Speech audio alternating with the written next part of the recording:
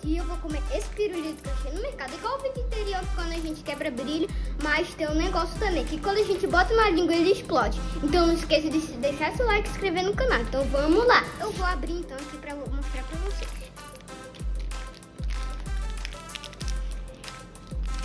Pirulito.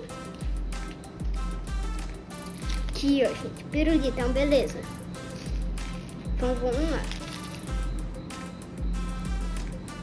Não foi muito não, gente. Peraí.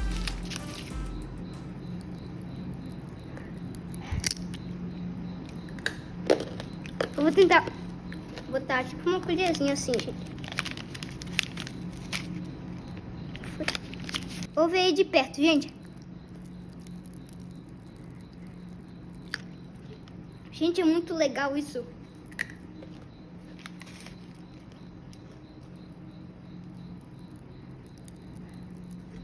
Não sei se vocês estão conseguindo ouvir, mas é um barulho muito legal, gente. E esse foi o vídeo, espero que vocês tenham gostado. Não esqueça de deixar o like, se inscrever no canal e tocar o sininho de notificações.